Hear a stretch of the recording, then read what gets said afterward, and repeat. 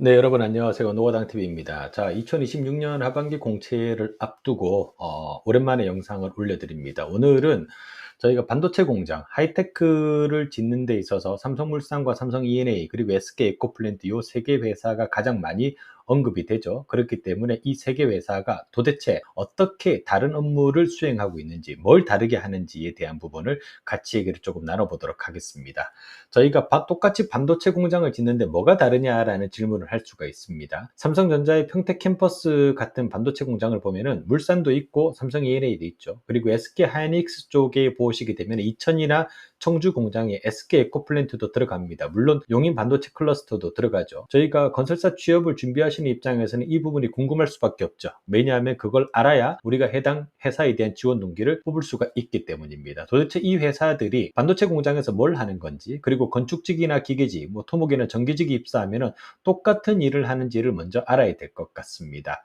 먼저 반도체 공장이 뭔지에 대한 걸 먼저 설명을 조금 드려야 되겠죠. 반도체를 얘기할 때 저희가 팹이라고 하는 용어를 씁니다. FAB. 팹이라고 하는 것은 이제 클린룸이 포함이 되어 있고요. 팹 바로 아래에는 서브팹이라는 것이 있고, 서브팹은 유틸리티로 연결이 되고요. 유틸리티는 서포팅 퍼실리티라는 것으로 연결이 됩니다. 그리고 서포팅 퍼실리티는 결국은 인프라스트럭처라는 것과 연결이 됩니다. 실질적으로 이 팹이라고 하는 곳에서 웨이퍼라는 프로덕트를 생산을 하려면은 그 아래에서도 여러 단계에서 엄청난 인프라가 들어가야 되는 거죠. 팹이라는 것이 건축 구조물 하나로 끝나는 것이 아니라 그 안에서도 우리가 뭡니까? 클린룸이라든가 HVAC이나 초순수 UPW라든가 폐수 케미컬, 가스, CDA, 그리고 비상전원, 제어 시스템 같은 것들이 다 들어갑니다. 그렇기 때문에 반도체 공장은 사실상 건축과 플랜트와 유틸리티와 생산 설비가 합쳐진 대형 프로젝트다라고 이해를 해주시는 것이 맞습니다. 자, 그렇다면 삼성물산은 뭘 하는 회사냐? 우리가 단순히 삼성물산을 건물을 짓는 회사다라고 생각하시면 안 됩니다. 하이테크의 대형 프로젝트를 수행하는 역량으로 보시는 게 맞습니다. 기본적으로 삼성물산이 2025년도 실적에 보더라도 하이테크를 대규모 프로젝트로 별도로 본인들조차도 언급을 하고 있고요. 그리고 2026년 2분기 이후에 발표된 기사를 보게 되면은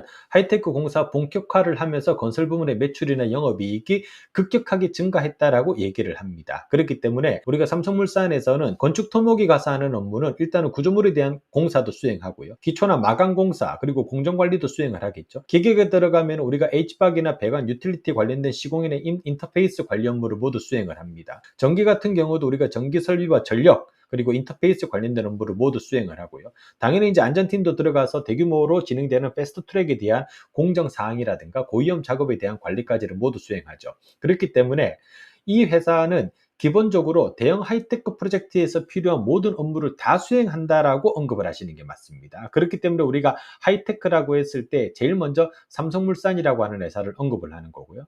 삼성 E&A에 대해서 우리가 보게 되면 E&A라고 하는 회사 자체는 이 회사의 공식 사업 영역을 우리가 블로그에서 보게 되면은 반도체, 디스플레이, 전자부품 등 정밀 첨단 산업 프로젝트를 수행한다라고 언급이 되어 있죠. 그리고 특히나 우리가 클린룸에 대한 수익 역량을 강조하고 있습니다. 원래 삼성 E&A는 엔지니어링이라고 하는 설계 영역에서 본인들의 영역을 확장해왔던 회사입니다. 그렇기 때문에 우리가 삼성 E&A로 언급을 할 때에는 반도체 공장에 들어가는 엔지니어링 파트와 더불어서 산업 설비라고 하는 부분, 그리고 우리가 클린룸과 관련된, 그러니까 특정 패키지에 대한 부분을 본인들의 전략을 가지고 들어간다라고 이해를 해주시면 될 것 같습니다. 그 중에서도 우리가 특히나 많이 언급되는 것 중에 하나가 바로 수처리 시설이죠. 웨이스트 워터 트리트먼트라고 부르는 시설, WWT라고 하는 시설에 대한 공정을 실질적으로 만들어가는 역량은 삼성 E&A가 가장 잘 가져간다. 그래서 우리가 반도체 프로젝트의 핵심 프로젝트, 핵심 패키지를 담당하는 역할을 많이 수행하고 있다라고 보시면 될 것 같고요. SK 에코플랜트 같은 경우는 본인들 스스로가 얘기할 때 본인들의 강점을 반도체 제조 시설의 설계와 시공을 일과 수행하는 종합 서비스의 역량을 갖고 있다라고 얘기를 합니다. 그러니까 설계 단계에서부터 시공을 전체적으로 다 하는 거고요. 그리고 SK 하이닉스가 발주하는 대부분의 프로젝트는 SK 에코플랜트가 가져가는 게 맞겠죠. 그리고 이런 프로젝트를 수행할 때 SK 에코플랜트가 가장 많이 쓰는 용어 중에 하나가 바로 패스트 트랙입니다. 말 그대로 설계나 조달과 시공과 준공, 그 다음에 이 모든 것들이 동시에 겹쳐서 진행이 된다라는 겁니다. 설계 끝나고 조달 가고, 조달 끝나고 시공 가고, 시공 끝나고 준공 가는 것들이 아니다라는 거죠. 요거를 SK 에코플랜트에서는 우리가 병행 구조다라고 부릅니다. 그렇기 때문에 우리가 기본적으로 반도체 공장은 뭐 대부분이 패스트 트랙으로 진행이 되지만 이거를 아주 표면에다가 드러내놓고 언급하고 있는 것 중에 하나는 바로 SK 에코플랜트의 특정 전략에 해당이 된다라고 보시면 될 것 같습니다. 기본적으로 생산 장비가 반입되고 난 이후에도 전력이나 가스나 제어 시스템 같은 것들을 연결하는 후급 작업까지를 뭡니까? 도맡아서 맡아서 하는 것이 바로 SK 하이닉스가 가져가는 특징이다라고 보시면 될 것 같습니다.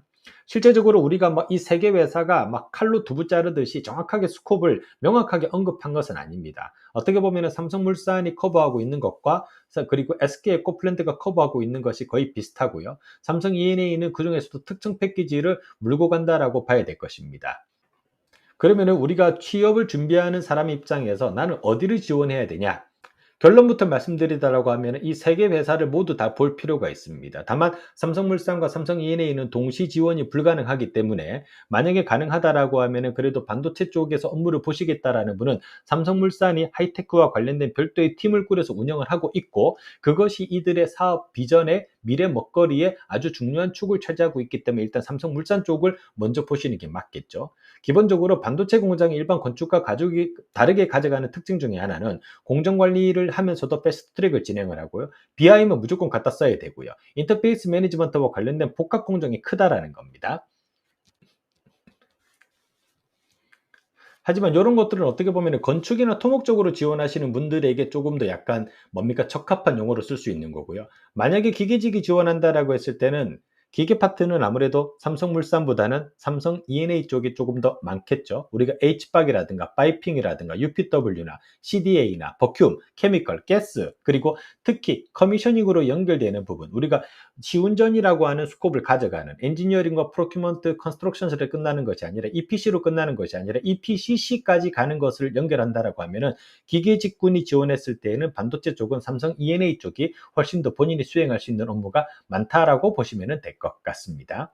그리고 마지막으로 많은 분들이 삼성중공업도 반도체 공사를 합니다라고 이제 얘기를 해주시는데 맞습니다. 우리가 전혀 생각하지 못했던, 특히 이제 조선을 담당하는 회사가 왜 반도체 공장을 짓냐, 이제 이 부분에 대해서도 많은 분들께서 질문을 주시는데요. 이 조선을 담당하는 회사가 하이테크로 들어온 이유에 대해서는 제가 다음 영상에서 한 번 더 구체적으로 설명을 드리는 시간을 만들어 보도록 하겠습니다. 어쨌든 삼성물산과 삼성 E&A, SK 에코플랜트 어디로 지원을 하시든 기본적으로 이 해당 회사가 가져가는 비즈니스의 스콥에 대한 이해도를 가져가시는 것과 더불어서 실질적으로 본인이 이 반도체 업무에서 담당하게 되는 주기기라든가 프로세스에 대한 이해도 정도는 무조건 가지고 가셔야 됩니다. 즉 반도체 8대 공정은 아주 기본적으로 가지고 가셔야 되겠죠. 그것 이외에도 우리가 여러 가지 패키지가 구분이 될 겁니다. 우리가 뭐 가스가 들어가는 패키지도 있고 수처리 시설도 하나의 패키지로 구분이 되듯이 결국은 대부분의 프로젝트는 패키지로 구분이 되어서 각각의 업무 스콥이 구분이 되기 때문에 실질적으로 내가 담당하게 되는 패키지는 무엇인지